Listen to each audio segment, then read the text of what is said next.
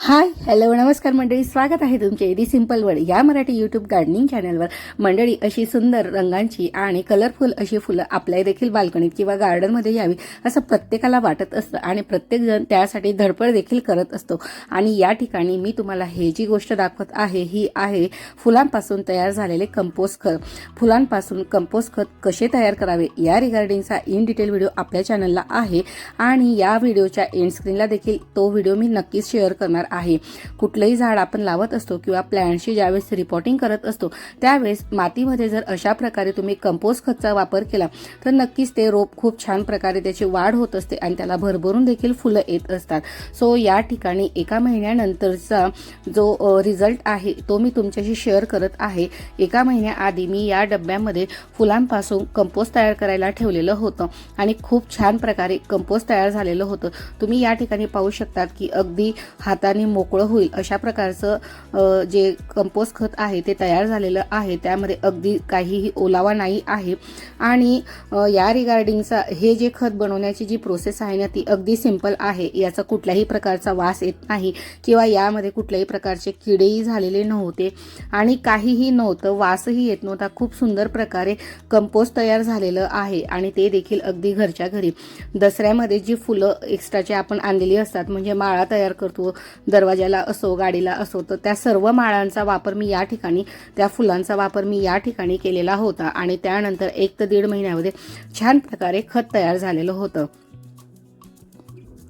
फुलांपासून खत तयार झाल्यानंतर आता मला भाजीपालांच्या सालींपासून देखील खत तयार करून पाहायचे होते। सो मंडळी, हा व्हिडिओ जर तुम्ही पहिल्यांदाच पाहत असाल तर नक्कीच दी सिंपल वर्ड या यूट्यूब चॅनलला नक्कीच सबस्क्राईब करून घ्या, कारण की असेच नवनवीन आणि माहितीपूर्वक गार्डनिंगचे व्हिडिओ मी या ठिकाणी तुमच्यासाठी घेऊन येत असते।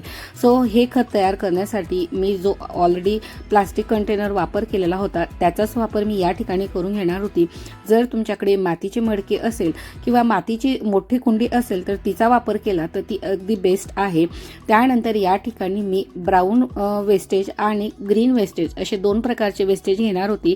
ब्राऊन वेस्टेजमध्ये अशा प्रकारे जे पुट्टे असतात किंवा जे कागदी पिशव्या असतात त्यांचा या ठिकाणी मी अशा प्रकारे चुरा करून घेतलेला होता आणि ग्रीन वेस्टेजमध्ये जे आपलं भाजीपाला असो किंवा फळांच्या साली असो त्या सर्व प्रकारच्या साली त्या ठिकाणी घेऊन घेतलेल्या होत्या। सो तुम्ही ब्राऊन वेस्टेजमध्ये कोकोपीटचा देखील वापर करू शकता किंवा नारळाच्या शेंड्यांचा देखील वापर करू शकता। त्यानंतर जर तुमच्याकडे शेणाच्या गवऱ्या असतील तर त्याचा देखील वापर अगदी उत्तम प्रकारे या ठिकाणी ठरत असतो, कारण की शेणाच्या गवऱ्यांमुळे लवकर जी कुजण्याची प्रोसेस होत असते ना ती लवकर स्टार्ट होत असते। चला तर मग बिना खर्चाचे खत कसे तयार करायचे ते आता पाहूया। खत तयार करण्यासाठी कोणताही जुना मातीचा माठ असेल तर उत्तम आणि जरी नसेल तर प्लास्टिकच्या अशा प्रकारचे तुम्ही कंटेनर घेऊ शकता, पण ते वापरत असताना त्याला आधी तुम्ही ड्रेनेज होल मात्र नक्कीच तयार करून घ्या। नंतर यामध्ये तुम्हाला किचनमधील ओला कचरा जसं की मी भाज्यांची सालं, फळांची सालं, चहा पावडर वापर करत असताना ती आधी स्वच्छ धुवून घ्यावी। त्यातील साखर आणि दूध ते पूर्णपणे धुवून घ्यायचे जेणेकरून या कंपोस्टला मुंग्या लागणार नाही। म्हणून आपण या ठिकाणी त्यानंतर मी या ठिकाणी लेअरिंग करायला स्टार्ट केलेलं होतं। सुरुवातीला मी ब्राऊन वेस्टेज जे होतं म्हणजे पुठ्ठ्याचा जो चुरा होता त्या जागी तुम्ही कोकोपीटही वापरू शकता किंवा तुमच्याकडे जर नारळाच्या शेंड्या असतील त्याचा देखील तुम्ही वापर करू शकता। सो त्याची पहिली लेअरिंग करायची आहे। त्यानंतर तुम्ही जो ग्रीन वेस्टेज होता म्हणजे भाजीपाल्याची जी सालं आहे त्याची लेअरिंग करा। त्यावर तुम्ही नंतर थोडीशी अशी मातीची लेअरिंग करा। जर त्या ठिकाणी तुम्ही शेणखत घातले तर ते अगदी उत्तम आहे। त्यानंतर मी जे ग्रीन कलरचं नीम पावडर टाकून घेतलेलं होतं ते यासाठी वापरलं होतं की बऱ्याच लोकांचे अशा समस्या असतात की ज्यावेळेस आपण अशा प्रकारचे कंपोस्ट तयार करतो तर त्यामध्ये अळ्या होतात किंवा त्या कचऱ्याचा वास येत असतो किंवा ते कंपोस्ट तयार न होता ते खराब होतं, म्हणून ते टाकून द्यावं लागत असतं। पण जर तुमच्याकडे लिंबाचे पानं असतील म्हणजे कडुलिंबाची पानं असतील तर तुम्ही त्यांचा नक्की वापर करा। माझ्याकडे कडुलिंबाची पानं नव्हती म्हणून मी या ठिकाणी नीम पावडर वापरलं, जेणेकरून जे बॅड बॅक्टेरिया असतात ते त्या ठिकाणी तयार होणार नाही आणि कुठल्याही प्रकारे कचऱ्याचा देखील वास येणार नाही आणि गुड बॅक्टेरियांचा त्या ठिकाणी गुड बॅक्टेरिया तयार होऊन कंपोस्ट अगदी व्यवस्थित प्रकारे तयार होईल। सो अशा प्रकारे या ठिकाणी मी नीम पावडर टाकल्यानंतर या ठिकाणी मी दहीचे 2 ते 3 चमचे देखील या ठिकाणी कल्चर म्हणून ॲड करून घेतलेले होते। या ठिकाणी तुम्ही जर वाळलेले तुमच्याकडे झाडांची पानं असतील तर त्याचा देखील तुम्ही ब्राऊन वेस्टेज म्हणून या ठिकाणी नक्की वापर करू शकता. सो अशा प्रकारे या ठिकाणी 3 ते 4 प्रकारामध्ये मी लेअरिंग करून घेतलेली होती आणि यामध्ये गोड बॅक्टेरिया तयार होण्यासाठी किंवा हा कचरा सडण्यासाठी कल्चर म्हणून मी या ठिकाणी 2 ते 3 वेळा 2 ते 4 चमचे दही मी या ठिकाणी टाकून घेतलेलं होतं. या ठिकाणी तुम्ही दही किंवा गुळाचा तुम्ही कल्चर म्हणून वापर करू शकतात. मी एका लेअरिंगला दही टाकलेलं, त्यानंतर पुन्हा गुळाचा देखील या ठिकाणी मी वापर केलेला होता आणि पुन्हा नंतर दह्याचा या ठिकाणी वापर केला होता. तुम्ही ज्यावेळेस कल्चर म्हणून यांचा वापर करता तो लवकरात लवकर कुजण्याची जी प्रोसेस होते ना ती या ठिकाणी स्टार्ट होत असते. सो मंडळी, अशा प्रकारे मी या ठिकाणी कंटेनर पूर्ण भरून घेतलेला होता. कंटेनर पूर्णपणे भरल्यानंतर याला आपण झाकून ठेवूया. आठवड्यातून एकदा काठीचा वापर करून हे सर्व मिश्रण खालीवर करत राहायचं आहे. 28 ते 30 दिवसामध्ये झाडांसाठी उत्तम असे खत तयार होत असते. गेल्या काही वर्षांपासून किचन गार्डनकडे लोकांचा अधिक कल वाढल्याचे दिसून येत आहे. अनेक लोक त्यांच्या बाल्कनीत भाज्या, फुलझाडे, फळभाज्या देखील लावताना दिसतात.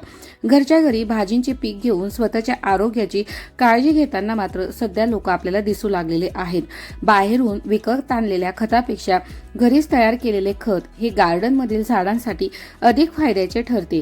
तुमच्या किचन गार्डनमध्ये टोमॅटो, कोथिंबीर यांसारखे जर झाडं असतील तर तुम्ही यांसाठी घरच्या घरी अशा प्रकारचे सेंद्रिय खत बनवू शकता. यामुळे झाडे वाढण्यास तर मदत होईल आणि सगळ्यात चांगली गोष्ट म्हणजे कचऱ्याची विल्हेवाट ही चांगल्या प्रकारे लावली जाईल आणि तुमचे एकही पैसा त्यातून खर्च न होता तुम्हाला योग्य प्रकारे चांगल्या प्रकारचं खत देखील तुम्हाला मिळेल.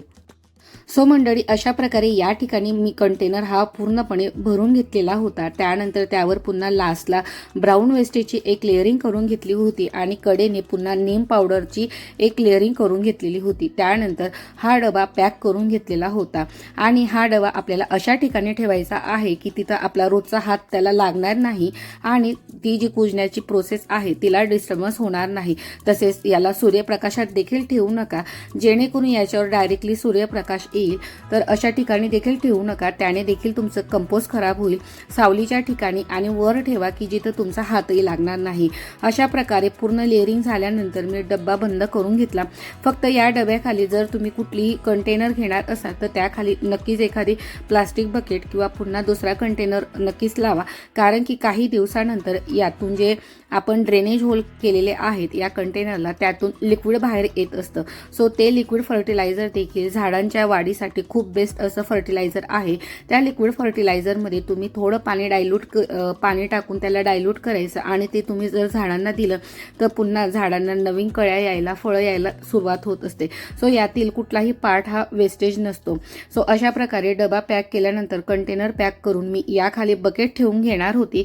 2 ते 3 दिवसात मात्र यामधून लिक्विड येत नसतं, पण मी 3-4 दिवसानंतर नक्की चेक करेल आणि ज्यावेळेस मला वाटेल की यातून लिक्विड बाहेर येत आहे सो अशा प्रकारे याखाली मी बकेट ठेवून घेईल आणि जेही काही लिक्विड आहे तर ते 4 ते 5 दिवसामध्ये या बकेटमध्ये कलेक्ट होऊन जाईल. सो अशा प्रकारे या ठिकाणी हे जे कंपोस्ट बनवण्याची जी प्रोसेस होती ती कंप्लीट झालेली होती. नंतर हा डबा मी पुन्हा लास्ट टाइमला जसा पेपर बॅगमध्ये कव्हर करून ठेवला होता त्याचप्रमाणे आता देखील कव्हर करून ठेवणार होती. सो मंडळी, अशा प्रकारे या ठिकाणी भाज्यांपासून कंपोस्ट तयार करायला मी ठेवून दिलेले होते आणि लास्ट व्हिडिओमध्ये मी तुम्हाला म्हटले होते की मी फुलांपासून खत तयार केलेलं होतं. सो मी या व्हिडिओच्या शेवटी देखील ती क्लिप ॲड करणार आहे की छानपैकी ते जे खत होतं ते मी गाळून वगैरे घेतलेलं होतं. सो अतिशय भुसभुशीत आणि कोरडे असे छानपैकी फुलांपासून खत देखील तयार झालेले होते. सो तुम्ही या ठिकाणी पाहू शकतात की या कोकोपीटमध्ये ज्यावेळेस मी पॉटिंग मिक्सचर तयार करत होती तर त्यामध्ये मी ते फुलांचं तयार केलेलं कंपोस्ट ॲड करत आहे आणि हे तेच कंपोस्ट आहे जे आपण फुलांपासून तयार केलेले आहे. सो तुम्ही पाहू शकतात की किती भुसभुशीत आणि कोरडे असे सुंदर असे खत या ठिकाणी तयार झालेले आहे. सो आय होप की आता भाज्यांपासून देखील अशाच प्रकारचं मी खत नक्कीच तयार करणार आहे आणि ते देखील तुमच्याशी नक्की शेअर करेन. सो मंडळी, आजचा हा व्हिडिओ आणि या व्हिडिओतील माहिती तुम्हाला कशी वाटली मला कमेंट सेक्शनमध्ये नक्कीच लिहून पाठवा आणि जर ही माहिती थोडी जरी हेल्पफुल ठरली असेल सो व्हिडिओला नक्कीच एक लाईक करा. व्हिडिओ आवडला नसेल तरी देखील वाटलं लाईक करायला कंजूसी करू नका आणि अजूनही जर तुम्ही व्हिडिओला किंवा चॅनलला सबस्क्राईब केलं नसेल तर एवढा वेळ कशाची वाट चॅनेलला देखील नक्कीच सबस्क्राईब करा. तुमच्या एक सबस्क्राईबमुळे आपली ही गार्डनिंग फॅमिली नक्कीच मोठी होण्यास तुमची थोडीशी मदत होणार आहे.